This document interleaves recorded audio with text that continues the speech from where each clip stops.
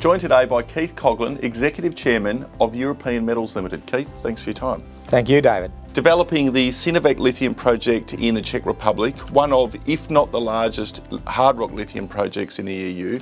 There's significant macro changes positively occurring in the EU. Can you talk to that and why are they important?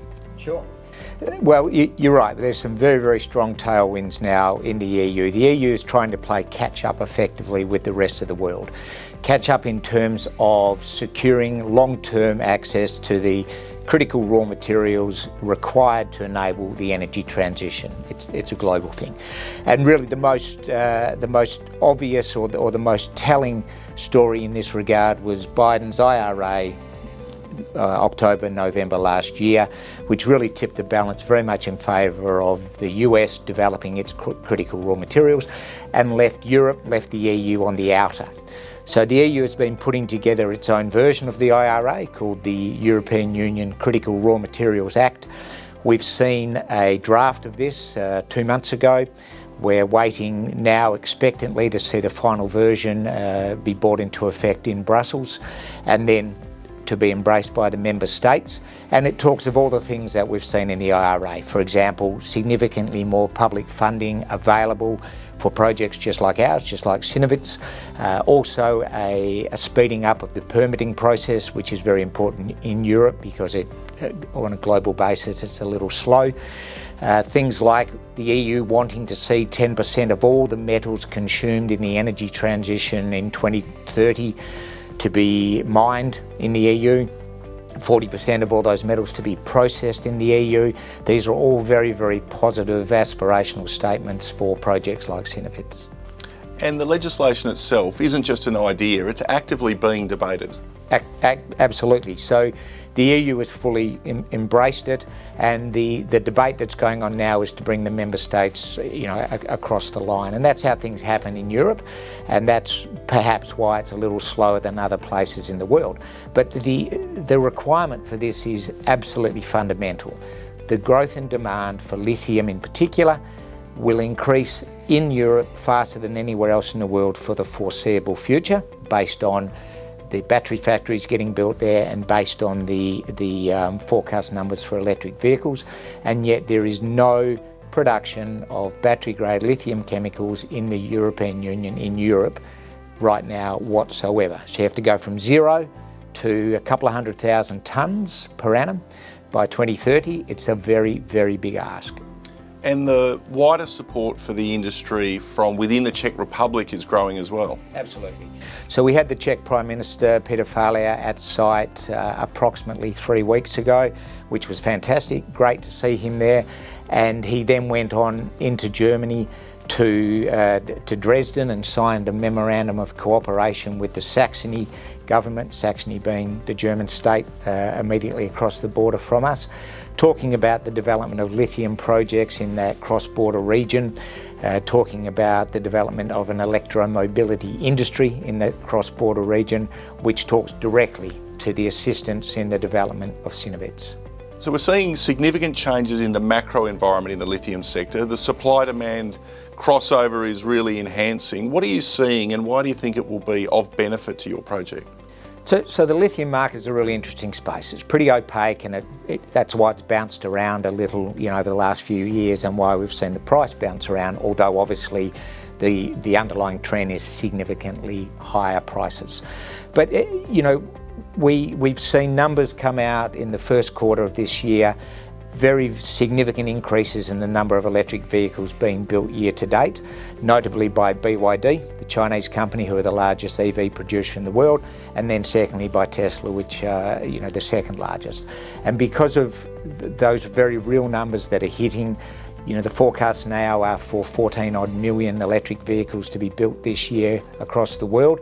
So that the pressure that puts on the demand for lithium and other metals is significant, and yet the supply side can't move quickly enough to keep up with it. So we have a metal that's in deficit. The deficit is widening. The deficit is there for as long as anyone can predict, which has to have a positive impact on the price, obviously. And then overlying all of that, you have now a concern for energy security, a concern for mineral security, and that's why we're seeing the EU adopt this approach. Now let's drill down, no pun intended, to the project itself. Test work underway, how important is it and how does it feed into the DFS? The test work is very important, and that's because Cinovec is not a mainstream spodumene project. You know, it's a mica. And so those who want to be negative about the project will point to this and say, you know, you need to produce this in commercial quantities, which is absolutely true. So all the test work we do is encouraging, but it's with a view to providing that level of certainty to the market that we can do this on a commercial basis. So we're doing more advanced test work here in Perth, pilot work. It's all going very well. As we announced 2 weeks ago, we'll have the final results of that test work in another 3 or 4 weeks.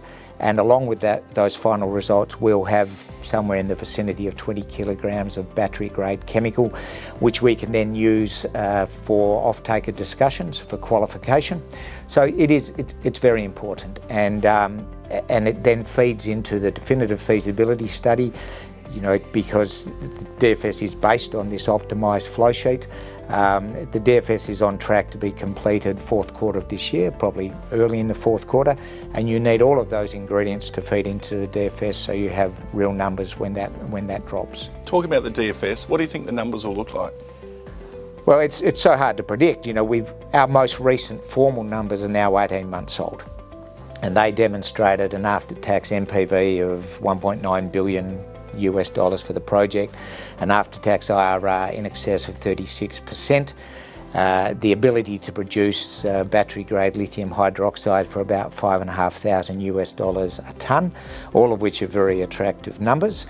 You know, but that's 18 months ago, and obviously we've had some inflation in the world since, so CapEx number of $650 million from 18 months ago is likely to go up.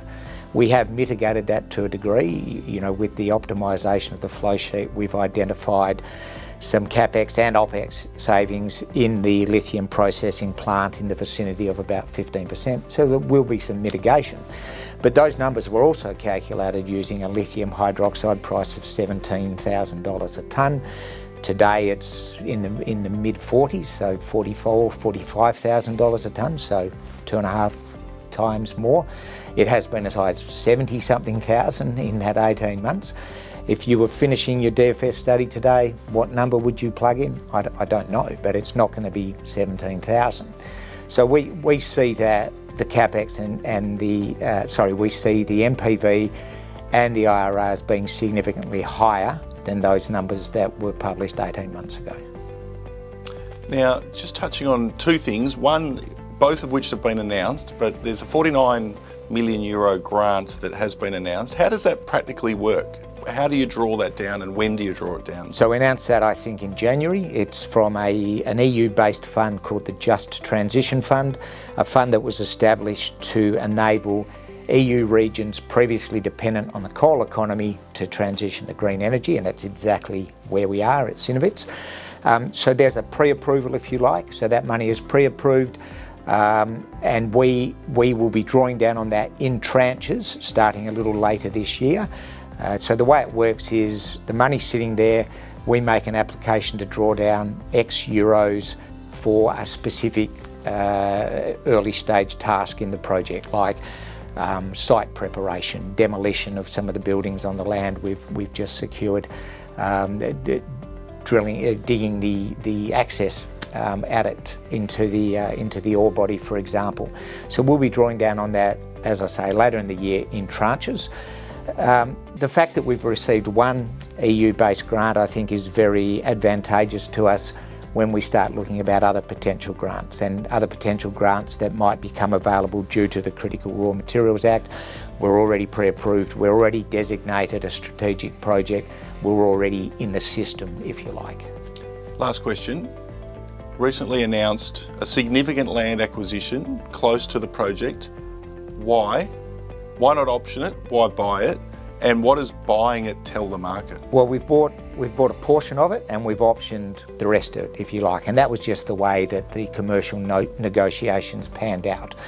And we had, you know, there are 4 different owners to the land that we've now secured. So we the timing of those acquisitions was important. Obviously, we wanted to be able to tie them all together at the same time for obvious reasons. So it's important to have access to that land now, because now DRA, our engineering consultant, can do all the layout work as part of the definitive feasibility study, and needing the actual land secured is important in doing that.